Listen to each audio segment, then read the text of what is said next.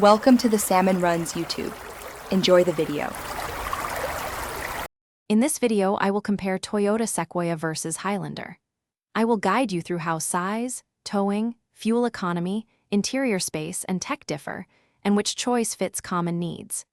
Expect clear trade-offs between raw capability and everyday practicality, and a simple decision framework for families, commuters, and towing buyers.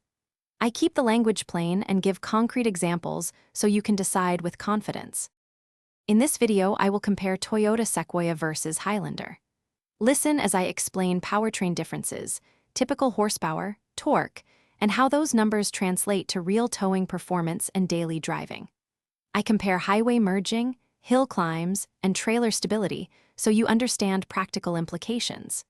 This helps you weigh whether raw power or better fuel economy matters more for your lifestyle and planned uses. In this video, I will compare Toyota Sequoia versus Highlander.